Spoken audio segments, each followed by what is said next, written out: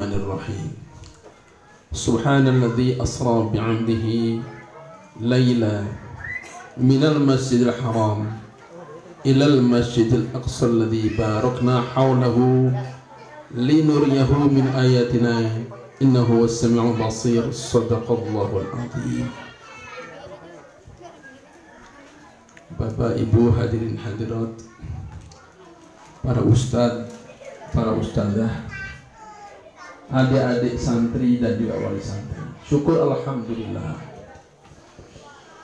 kita pada siang ini diperkenankan oleh Allah Subhanahu wa ta'ala untuk menghadirkan kembali satu peristiwa yang sangat besar, yang sejak dunia diciptakan sampai kiamat nanti tidak akan ada kejadian seperti itu terulang lagi. Dan itu hanya Allah berikan pada satu orang saja dari seluruh makhluk Allah Ta'ala, yakni kepada Sayyidina Rasulullah Muhammad Sallallahu Alaihi Wasallam.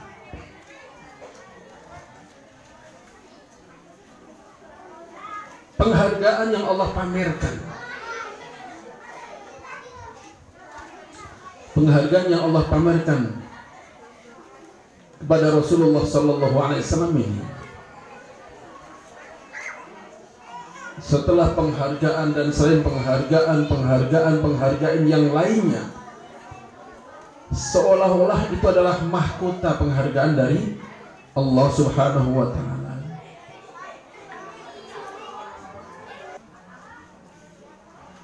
Sebenarnya tanpa diberi Isra Mi'raj pun, Sayyidina Rasulullah Sallallahu Alaihi Wasallam ini oleh Allah Ta'ala diberi kemuliaan yang terlalu luar biasa, ya, terlalu luar biasa.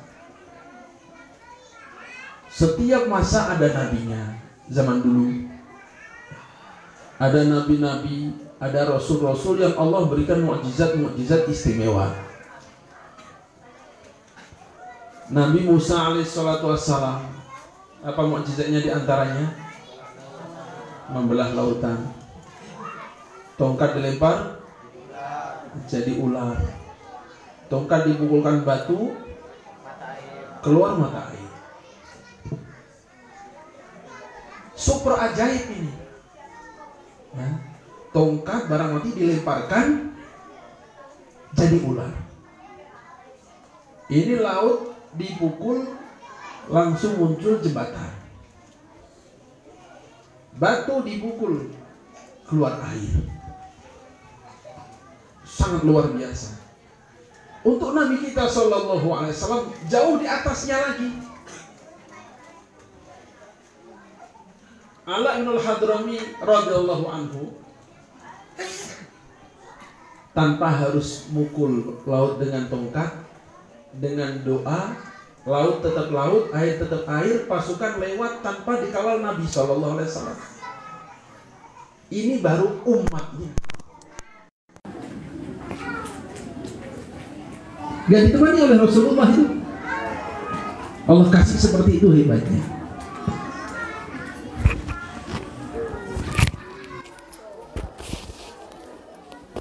Allah Ta'ala pancarkan air dari batu tatkala dipukul oleh siapa tadi? Nabi Musa alaihissalatu wassalam.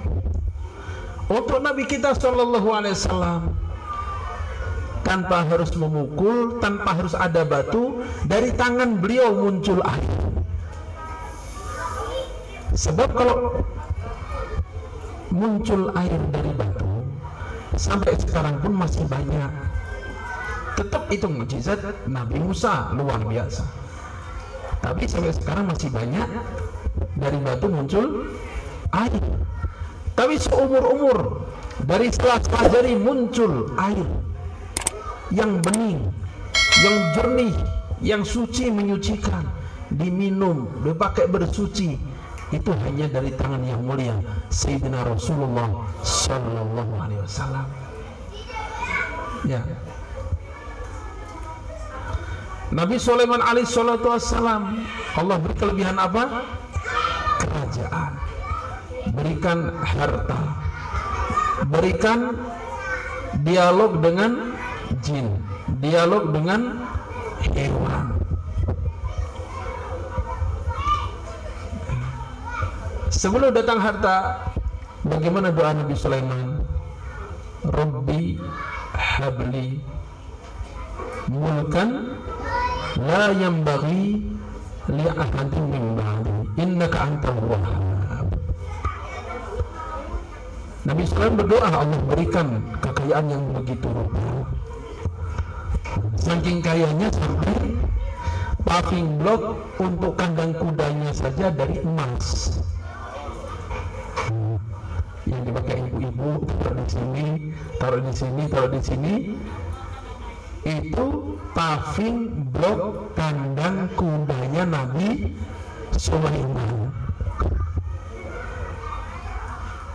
Ratu Bilqis saja kirim hadiah untuk Nabi Sulaiman, emas batangan murni gede-gede begitu, dibawa oleh pengiringnya.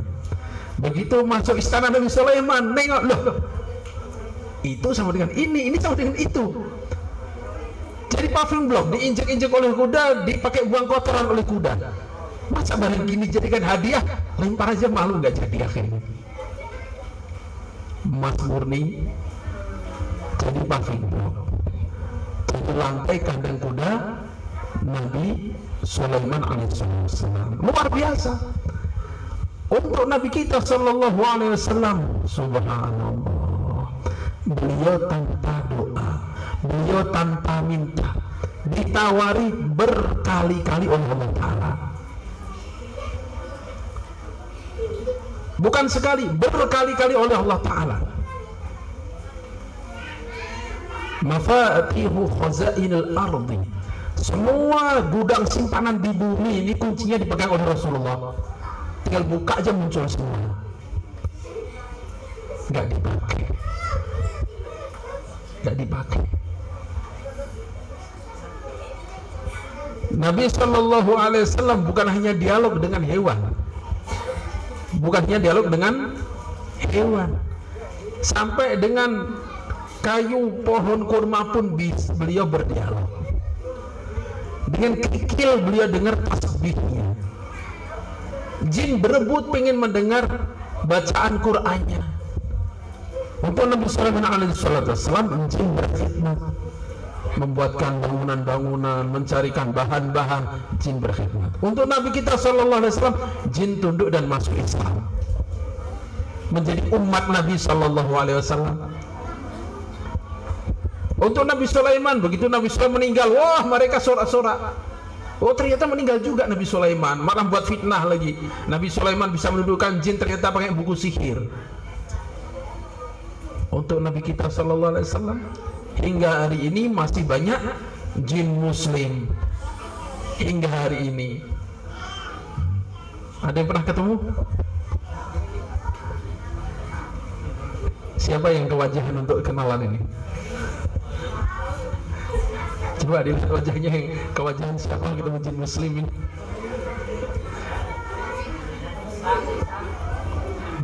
Pokoknya kalau ada santri hobinya mojok, diem pegang tasbih, nah,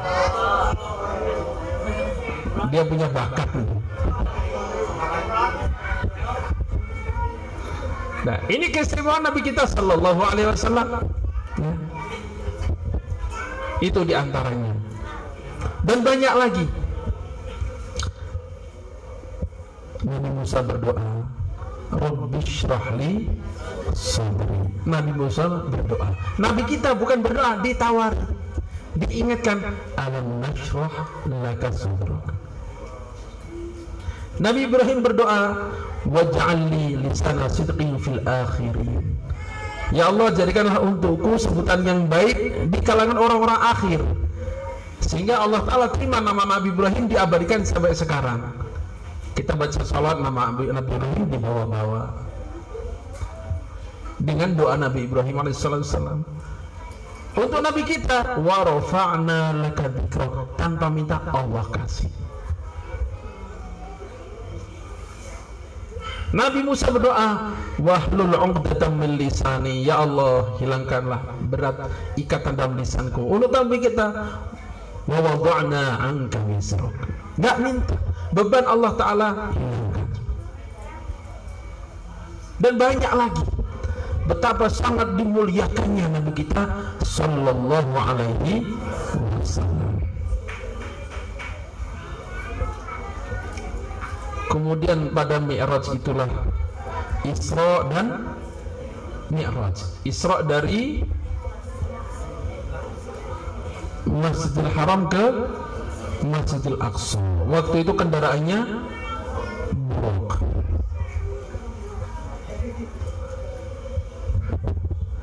Allah Ta'ala ingin pamerkan, kalau Allah Ta'ala mau, perjalanan itu begitu mudahnya. Itu kan sebelumnya Rasulullah ditinggal wafat oleh istri tercinta Sayyidah Khadijah radhiyallahu anha, pamannya Abu Thalib pun meninggal dunia. Habis itu ke Taif dimaki-maki lagi. Ke Taif jalan kaki menyampaikan agama justru dilempari batu. Kita aja kadang ngetuk pintu rumah orang, baru dibanting pintunya udah leper. Aduh, Masya Allah, udah kamu aja yang maju lah. Gak siap. Itu baru dibanting pintu, belum dimaki-maki. Ini Rasulullah SAW sudah dimaki-maki, diusir. Yang usir bukan orang dewasa, untuk menghinakan yang usir anak-anak. Karena bagi mereka terlalu mulia kalau yang usir orang dewasa. Biar anak-anak aja lah yang maju, cukup anak-anak, sebegitunya. Jadi anak-anak disuruh bawa batu ngelempari Rasulullah SAW sampai beberapa kilometer. Bukan dilemparin pergi, udah, enggak. Diikuti dari belakang, dilemparin terus. Pakai batu itu. Sampai kaki berdarah, sampai darah menetes ke sandal beliau. Sampai malaikat pun gak tahan, pingin marah. Malaikat itu makhluk suci yang gak punya emosi sebenarnya, gak dikasih nafsu. Tapi ini udah kelewatan, malaikat pun marah. Ya Rasulullah, kalau engkau mau, utabbiqahum bainal akhsyabain, aku akan tampukkan dua gunung, remuk mereka di tengahnya. Nah, enggak. Aku berharap dari keturunan mereka muncul anak-anak soleh. Maka Allah Ta'ala pamerkan, orang Taif nggak apa-apa, nggak kenal, orang Mekah nggak apa-apa ngusir-ngusir. Tapi lihat kalau Mi'raj, setiap penduduk langit langsung istiqbal, langsung sambut beliau, salami beliau. Itu Mi'raj. Isra dari Masjidil Haram ke Masjidil Aqsa. Dan sebelum ini sebenarnya secara ruhiyah, secara nizam ghaibiyah, tatkala Rasulullah lahir, ya, tatkala Rasulullah SAW lahir, Siti Aminah menceritakan, tiba-tiba ada awan menaungi, makin padat, tertutup aja bayi Rasulullah ini, Sallallahu Alaihi Wasallam. Maka ada suara, tufu bihi, bawa keliling dia, ilal masyriq, ilal maghrib, bawa ke bumi timur, bawa ke belahan barat, bawa ke langit, bawa ke lautan, liya'rifuhu, supaya semuanya kenal dengan bayi ini. Sudah pernah dibawa keliling secara nizam ghaibi. Maka hilang itu, tahu-tahu hilang aja, kata Siti Aminah. Hilang, nggak tahu berapa lama, akhirnya kembali lagi. Sampai di malam beliau lahir, paginya lahir, malam itu hewan satu dengan hewan lain itu sudah ngobrol, sudah saling memberitahukan, besok Nabi akhir zaman lahir. Oh iya benar, saya dengar begitu juga. Hewan antar hewan saling ngasih tahu. Maka waktu itu hanya manusia yang nggak mau tahu. Di Mekah diusir, di Taif dimaki-maki, diusir juga. Masya Allah. Sehingga beliau betul-betul sedih, menggambarkan harapan kedepannya bagaimana Islam ini.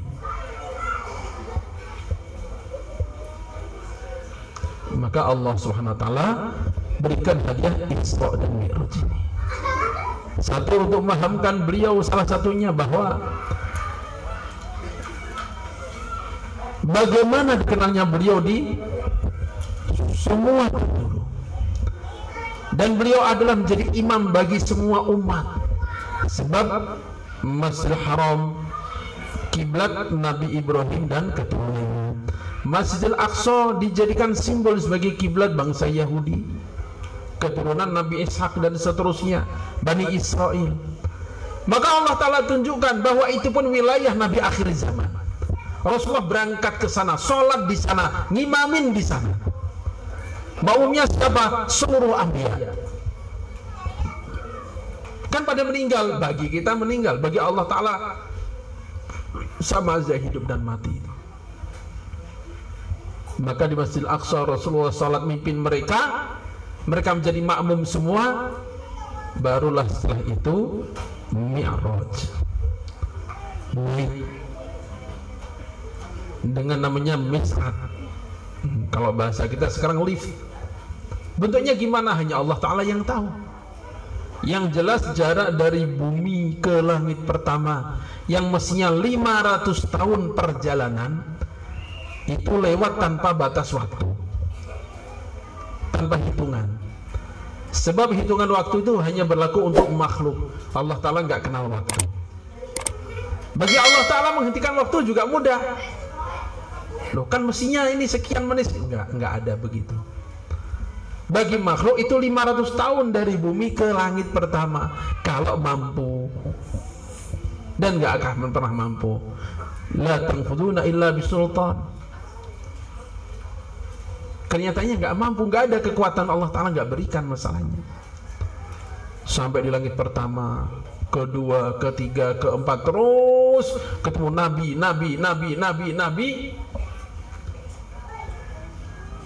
Setelah itu sampai Sidratul Muntaha, malaikat Jibril pun bilang, ya Rasulullah, silahkan engkau maju sendiri. Engkau Jibril, saya nggak bisa terus. Kenapa begitu? Antara aku dengan Allah ada 70 lapis hijab dari nur. Dalam satu riwayat 70.000 lapisan hijab antara aku dengan Allah. Aku berani nerobos seujung rambut, aku terbakar.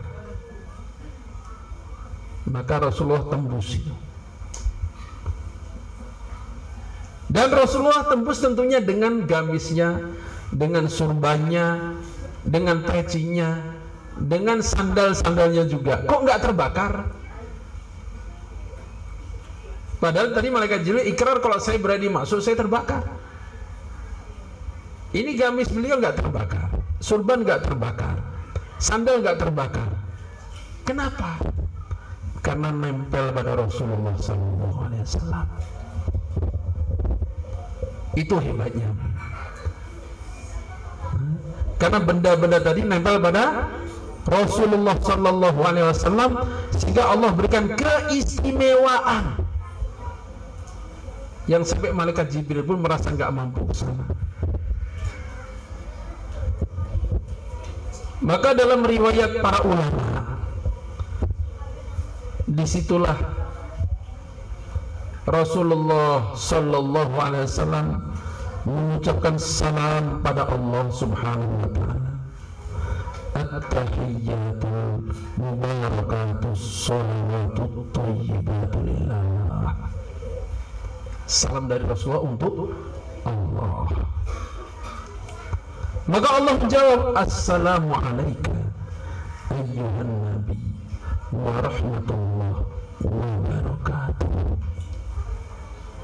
Rasulullah di puncak posisi begitu, nggak lupa pada umatnya. Langsung beliau sambung, Assalamu alaina wa ala ibadillahi sholihin. Beliau minta supaya salam dari Allah bukan khusus untuk beliau, tapi untuk umatnya juga. Maka ini super hebatnya Rasulullah Sallallahu Alaihi Wasallam. Sebab kalau mencari kegembiraan itulah puncaknya, bertemu dengan Allah. Ingat Nabi Musa alaihissalam tatkala minta bertemu dengan Allah, apa jawab Allah? Lan tarani, kamu gak mungkin melihatku. Gak dikasih oleh Allah. Falamma tajalla lil jabali ja'alahu dakka wa kharra Musa sa'iqa. Gak usah Allah menampakkan diri, gak usah Allah Ta'ala bisa dilihat oleh Nabi Musa, enggak. Hanya Allah Ta'ala nampakkan nur. Subhanallah, itu bukit langsung rontok menjadi debu. Wa kharra Musa sa'iqa, Nabi Musa pun pingsan seketika, gak tahan. Tapi Nabi kita sallallahu alaihi wasallam, menurut pendapat Ibnu Umar, Sayyidina Umar dan Ibnu Abbas radhiyallahu ajma'in, bertemu berdialog langsung dengan Allah. Itu yang ajaibnya, dalam kondisi seperti itu gak lupa umatnya. Allahu Akbar, gak lupa pada kita.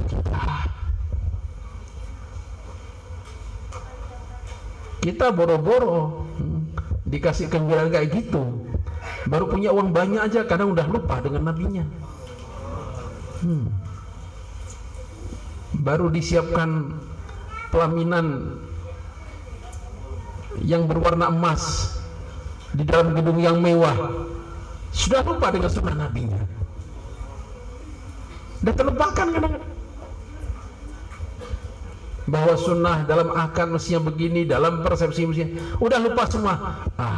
Kan belah dah mumpung semua hidup sekali, manggar sunnah dikit nanti tinggal istiqomah. Bandingkan itu. Hanya karena melihat mewahnya pelaminan, hanya karena melihat mewahnya gedung, udah lupa dengan sunnah Nabi. Ini Nabi kita sallallahu alaihi wasallam berjumpa dengan Allah, ingat umatnya.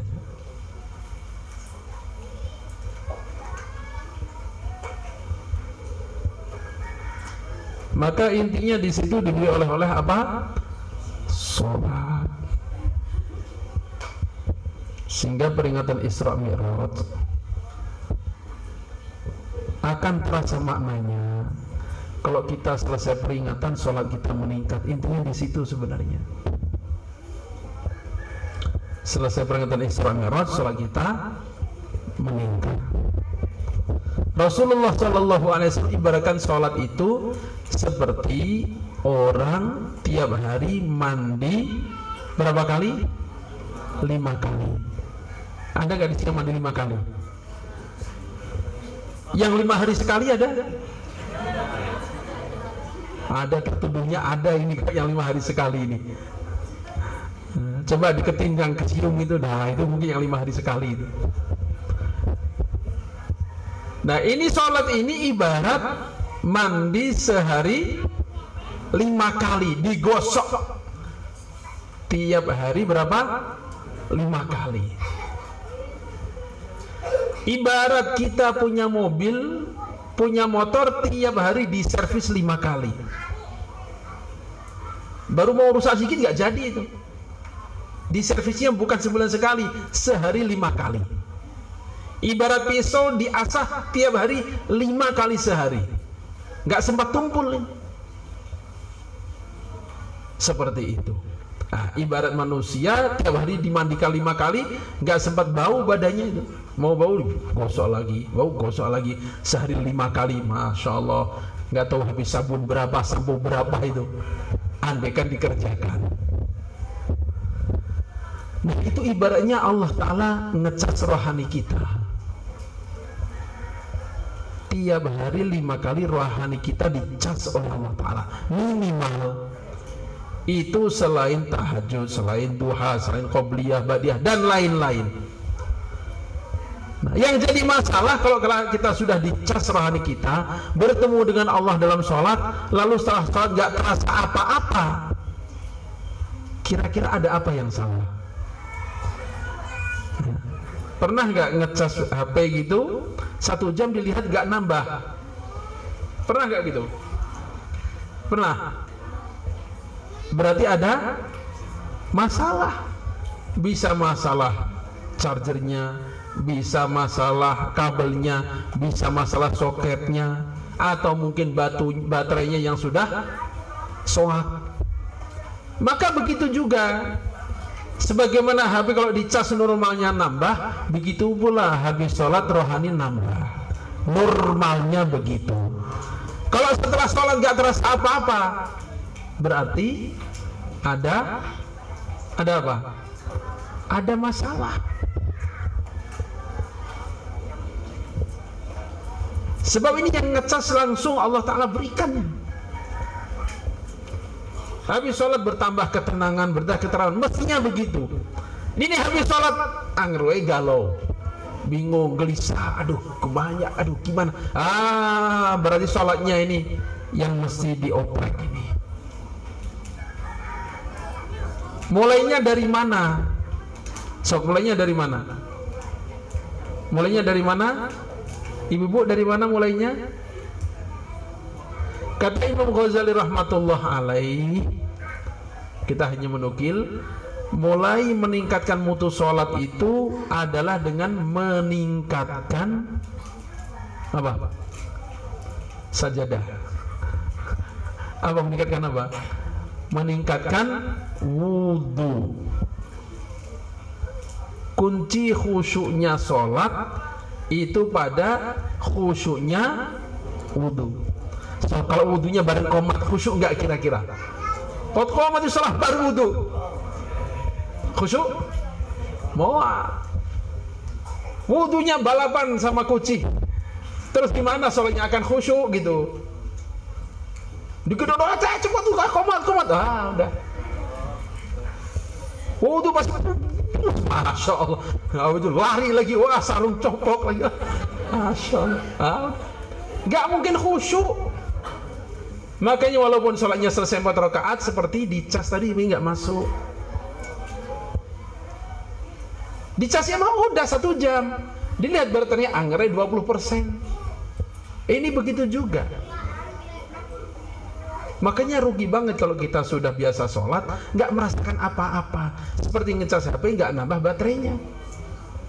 Maka kunci awal dari sini tadi, dari apa? Wudu yang khusyuk. Semoga kita segera jadi ini tempat wudunya ini. Wudu yang khusyuk. Tempat wudu kan enak, tempat wudunya sebenarnya udah terpisah, udah enak, udah nyaman. Wudu yang khusyuk. Dimulai dengan cuci tangan dengan tenang, kemudian berkumur dengan tenang. Terus apa setelah itu? Terus apa? Bersiwak. Bersiwak. Coba yang punya siwak langsung. Coba yang punya siwak langsung. Inna lillahi wa inna ilaihi raji'un. Santriah yang punya siwak sama saja. Inna lillahi wa inna ilaihi raji'un. Terus gimana?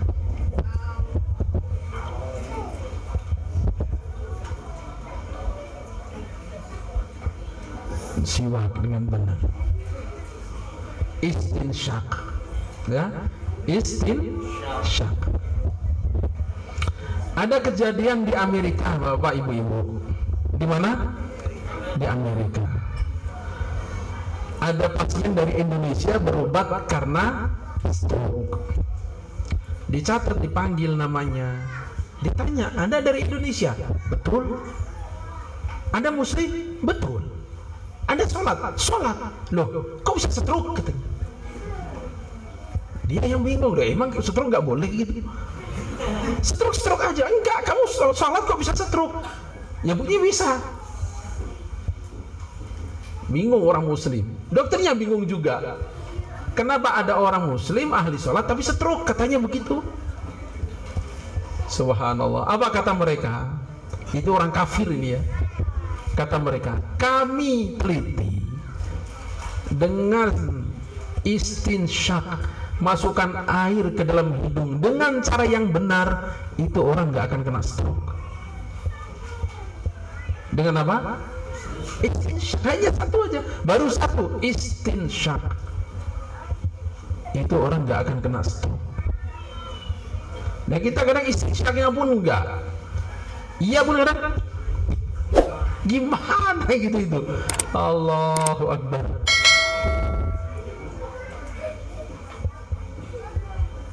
Sempurnanya gimana sempurnanya?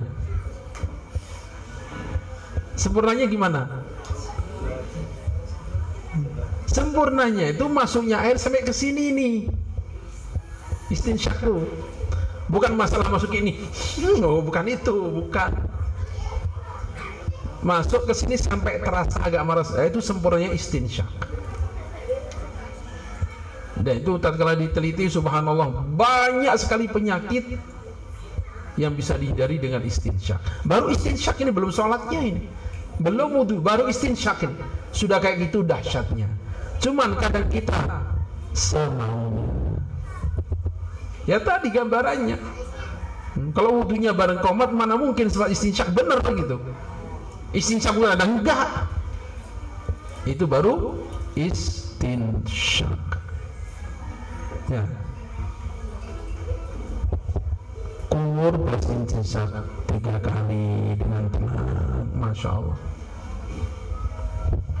Ini kesempurnaan ini. Ini belum wudu, baru mukaddimahnya ini, baru sunnahnya. Kumur disempurnakan, semurin dengan tenang. Ini ada kejadian ini, asbab kumur kalau ini. Ya ada satu orang bertamu ke sini, dia cerita waktu saya SMP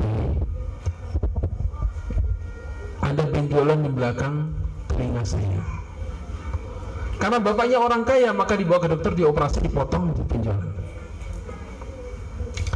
2 pekan setelah itu justru beranak di sini banyak. Benjolan makin banyak di sini. Oh, kok jadi banyak begini? Akhirnya oleh bapaknya dibawa ke dokter yang paling ahli. Dia orang Semarang, paling ahli bidang itu di Semarang. Yaitu ngantrinya kadang 2 hari. Hari ini daftar, 3 hari kemudian baru bisa maju. Saking larisnya ini. Akhirnya ditanya gimana ceritanya, diceritain, ini saya tumbuh benjolan, dipotong ini. Oh itu salahnya. Kenapa ini dipotong? Mestinya nggak usah. Mestinya nggak usah dipotong. Itu akhirnya jadi asbab tumbuhnya yang lain. Kata dokter itu, saya nggak akan operasi, saya nggak akan kasih obat apa-apa. Saya hanya minta adik tiap malam akan tidur kumur. Apa? Kumur, cuman dengan air garam, itu aja. Kalau 3 bulan nggak sembuh, datang lagi ke sini. Coba bayangin, ini benjolan kayak gitu banyaknya, cuman suruh kumur. Akhirnya betul dikerjakan tiap malam kumur gitu. 1,5 bulan bersih. Itu baru apa? Baru apa? Kumur. Ini baru sunat wudhu, wudhunya belum mulai. Baru kemudian basuh wajah. Nah, tatkala basuh wajah, bayangkan bahwa dosa-dosa saya diampuni oleh Allah. Dosa yang muncul dari mana? Mata. Coba matanya pernah berdosa enggak? Hah? Coba santri matanya pernah maksiat enggak kira-kira? Pernah? Ada yang enggak pernah? Fakri kayaknya terjaga.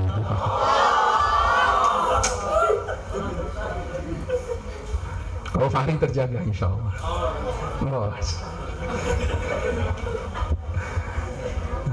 Bayangkan tatkala kita basuh wajah, ini tetesan air menggugurkan dosa saya, sehingga khusyuk kita wudhunya. Diratakan benar-benar dari tempat tubuhnya, rambut sampai ke dagu, telinga dibersihkan benar, terutama bangun tidur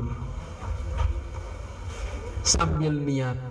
Nggak bisa panjang, nawaitul wudu, udah segitu juga udah ini niat itu.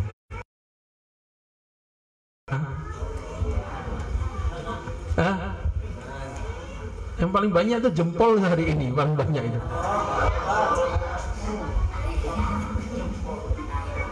Ya, kalau jangan dulu orang ngomong harus keluar suaranya, sekarang ngomong pakai jempol aja dah. Wah, macam-macam keluar kata-katanya. Tapi ya itu yang paling banyak maksiatnya kalau nggak hati-hati.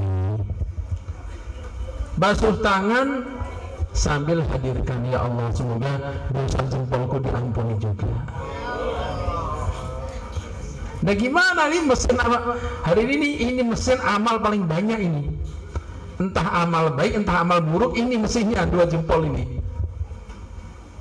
Orang jadi berantem gara-gara 2 jempol. Orang dari musuhan gara-gara 2 jempol ini. Kadang rumah tangga saya pecah gara-gara 2 jempol ini. Maka di hati bener ini.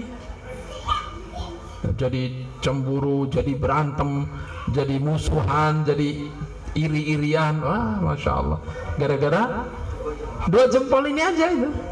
Hari ini kayak gitu itu keadaannya. Makanya hadirkan waktu wudu, ya Allah, ini jempol ya dengan dosanya, semoga diampuni. Netes. Usap kepala. Bayangkan juga bahwa dosa ini pun diampuni.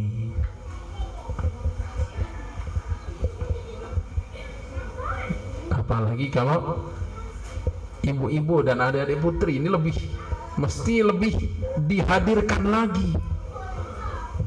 Lebih dihadirkan lagi. Sebab kadang tanpa sadar rambut ngacir, rambut keluar kelihatan orang lain. Atau yang laki-laki juga sama aja.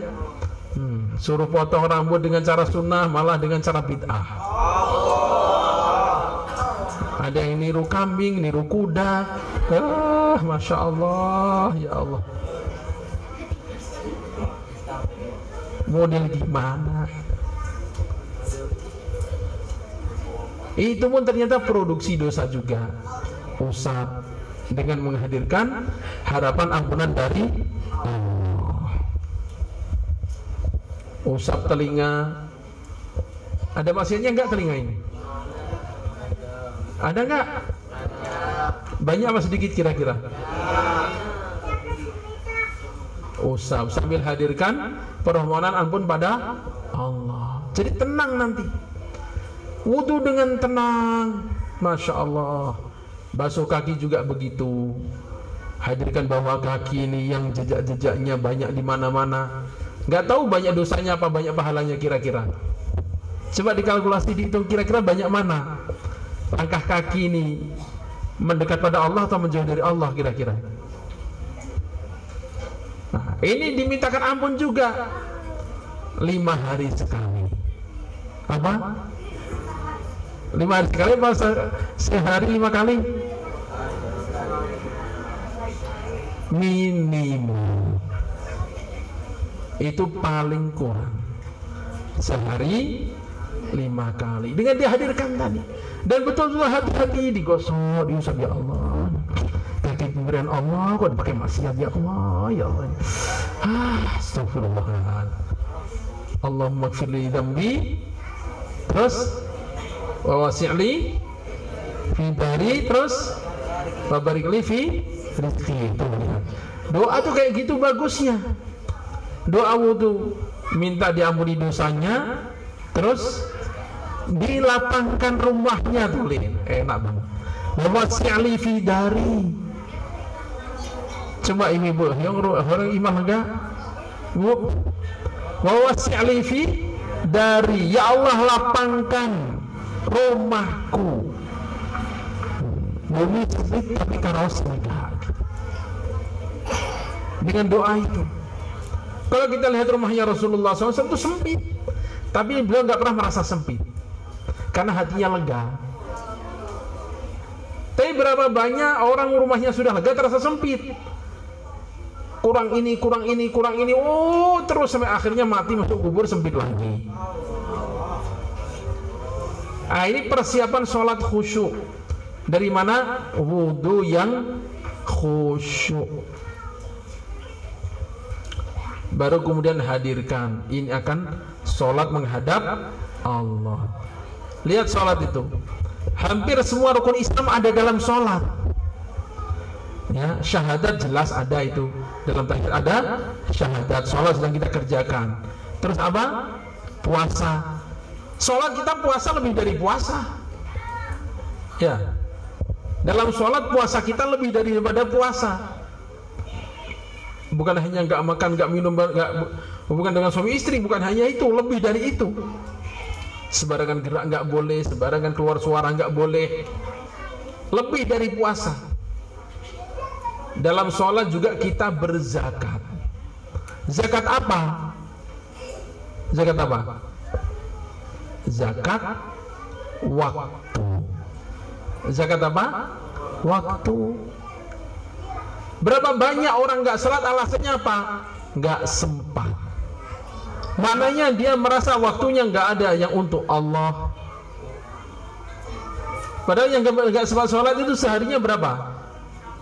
24 jam apa cuman 10 jam? Sama 24 jam. Tapi kenapa bilang nggak sempat? Karena nggak mau ngasih waktu untuk Allah, sehingga bilang nggak sempat. Asar, aduh nggak sempat Pak, gimana? Lagi tanggung itu kerjaannya. Maghrib, maghrib masih di jalan kena macet. Isya, kau mau isya, capek pisan, udah ngegoler tidur. Subuh, subuh kan masih belum bangun, udah habis akhirnya. Gak punya waktu untuk Allah. Maka dalam sholat ada zakat juga. Zakat apa? Waktu. Masa sih dari 24 jam dikeluarkan 1 jam untuk Allah keberatan? Ya. Taruhlah satu sholat 4 rakaat itu 10 menit misalnya, kali 50 menit, gak sampai 1 jam. Ya Allah, gak sampai 1 jam. Itu pun kadang ditawar lagi. Sholat dikebut kecepatan 100 km per jam. Masya Allah. Waduh, maghdubi alaihim waladdallin, amin, bismillahirrahmanirrahim, yasin, Allahu akbar. Masya Allah.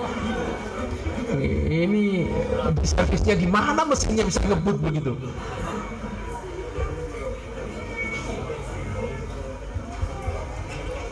Ini waktu dari Allah, masa sih untuk Allah keberatan gitu? Waktu dikasih oleh siapa? Allah. Ini untuk Allah, dan hakikatnya bukan untuk Allah, untuk kita sendiri. Nah, sekarang masalahnya, kenapa sudah 10 tahun sholat, 20 tahun sholat, 30 tahun sholat? Coba yang umurnya sudah misalnya 20 tahun, dia balik umur 15, berarti sudah berapa? Jawab dengan azan dan takbiratul ihram. Apa jawabannya? Azan dan takbiratul ihram. Apa yang diucapkan? Allahu Akbar. Allah Maha Besar. Maknanya selain Allah kecil. HP kecil. Main kecil. Game kecil. Belanja kecil, nembak kecil, shopping kecil, uang kiriman kecil, baju kecil, kopiah Pakistan kecil, peci Oman kecil, semuanya kecil. Yang besar hanya Allah. Kebun kopi kecil, warung kecil, semuanya kecil. Maka kuncinya itu dulu tatkala mulai sholat. Kalau itu belum bisa, ya tadi seperti ngecas tapi nggak masuk-masuk. Allahu Akbar. Aduh, ini peci lagi dijemur lagi, kehujanan nggak ada yang ngambil. Wah, aduh, terbang lagi, hilang. Wah, udah pikiran kemana-mana. Ini kerudung baru dibeli, jangan-jangan salah ambil sama orang lagi. Udah menguap sholatnya akhirnya. Udah Allahu Akbar, ingat, ini jadwal pas untuk nembak ini. Aduh, kenapa sholat dulu, mesian nanti dulu.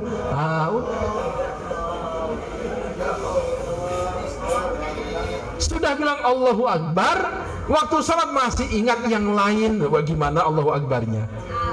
Bilangnya mah Allahu Akbar bilangnya. Bilangnya apa? Allahu Akbar, sudah bilang Allahu Akbar memang. Cuman setelah Allahu Akbar, selain Allah masih ada yang gede.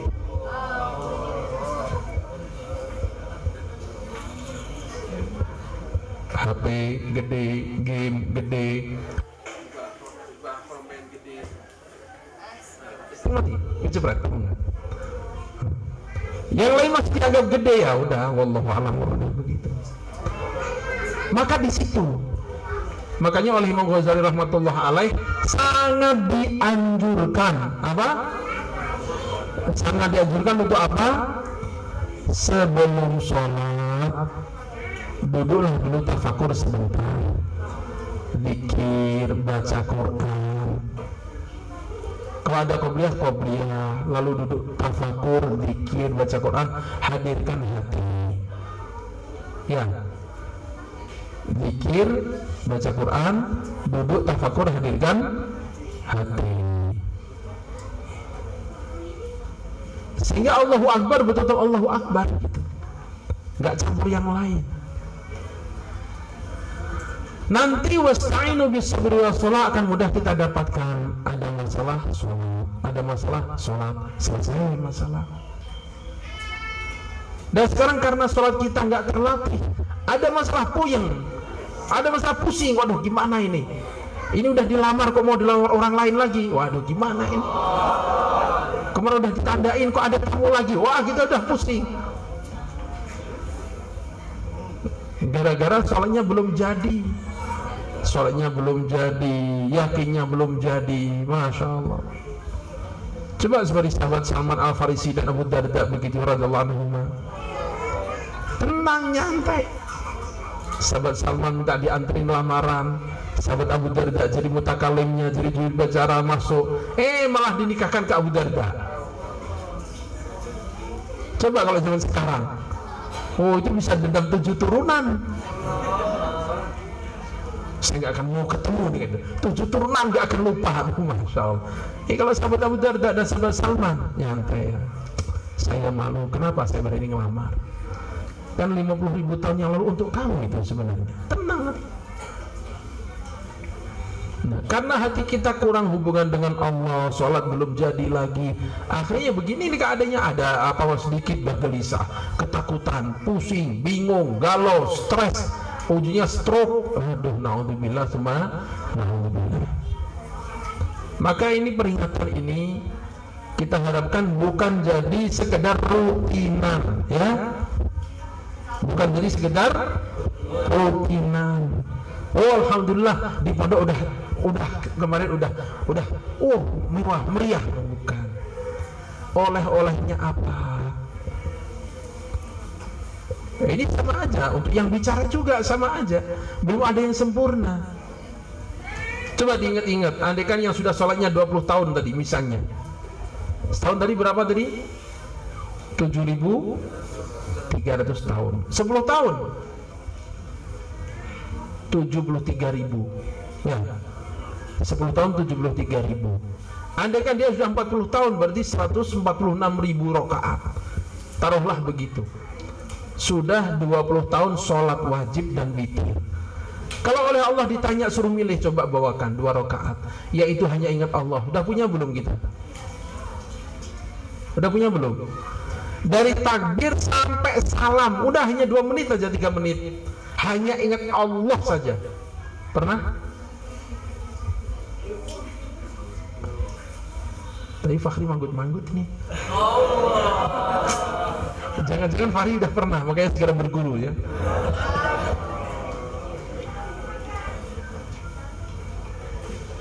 Nah, ini menjadi bahan renungan kita, yang bicara, yang mendengar, ibu-ibu, adik-adik semuanya. Kita ingin belajar menyelesaikan masalah dengan sholat. Nah itu jalan kalau sholatnya memang ada kekuatannya, ada koneksi dengan Allah. Kalau enggak ya insya Allah pahala kita parat, insya Allah. Tapi kekuatan-kekuatan, hasil-hasil keberkahan-keberkahan yang Allah janjikan kita susah mendapatkan. Maka itu tekad kita. Peringatan Isra Mi'raj kita jalankan, Dan oleh-olehnya apa? Sholat bertambah khusyuk. Sholat bertambah khusyuk. Sholat bertambah khusyuk. Kuncinya apa tadi? Wudu yang khusyuk. Kemudian sebelum sholat sempatkan duduk tafakur, zikir, tadi. Maka perlu siap-siap sebelum waktunya. Ya tadi gambarannya, pas sudah qomat baru bangun, qomat. Khusyuk nggak kira-kira? Nggak bakalan. Gimana bisa khusyuk? Maka mulai hari ini kita niat semua meningkatkan apa? Sholat. Meningkatkan apa? Sholat. Dimulai dari apa tadi? Wudu yang khusyuk. Sebelum sholat sudah siap-siap hatinya dengan qobliyah, dengan zikir dan sebagainya. Semoga Allah SWT berikan pada kita ini semuanya dan jadi bekal kita hidup di dunia sampai akhirat. Amin ya rabbal alamin. Al-Fatihah. Bismillahirrahmanirrahim. Alhamdulillah rabbil alamin. Iyyaka na'budu wa iyyaka nasta'in. Ihdinas siratal mustaqim. Siratal ladzina an'amta 'alaihim ghairil maghdubi 'alaihim. اللهم لك الحمد حتى ترضى ولك الحمد إذا رضيت الحمد مع الرضا. اللهم لك الحمد كالذي نقول خير ما نقول لا إله إلا أنت سبحانك إنا كنا ظالمين. جزا الله عنا سيدنا محمدا ما وأهله. جزا الله عنا سيدنا محمدا ما وأهله. جزا الله عنا سيدنا محمدا ما وأهله. اللهم اجعل سمعنا إنسانا مرحوما، اجعل فرقنا تفرقا معصوما، ولا تجعل فينا شقيا ولا محروما. اللهم اجعلنا هداة مهديين ولا ضالين مضلين. اللهم انفعنا ما علمتنا، علمنا الذي ينفعنا، زدنا علما. اللهم انا نسألك حب من يحبك، حب عن قلبنا حبك. ربنا فاغفر لنا ذنوبنا، كفر عنا سيئاتنا، تعفو عنا. اللهم انا نسأل إيمانا إيمانا صادقا ويقينا صحيحا وعملا متقبلا. اللهم انا نسأل إيمانا كاملا ويقينا صادقا وعملا متقبلا. اللهم انا نسأل إيمانا كاملا ويقينا صادقا وعملا متقبلا. ربنا لا تزغ قلوبنا بعد إذ هديتنا وهب لنا من لدنك رحمة إنك أنت الوهاب. ربنا فاغفر لنا ذنوبنا، كفر عنا سيئاتنا وتوفنا مع الأبرار. ربنا آتنا في الدنيا حسنة وفي الآخرة حسنة وقنا عذاب النار. ربنا تقبل منا إنك أنت السميع العليم وتب علينا إنك أنت التواب الرحيم. وصلى الله على خير خلق سيدنا محمد وعلى آله وصحبه وسلم. سبحان ربك رب العزة عما يصفون وسلام على المرسلين الحمد لله رب العالمين. الفاتحة.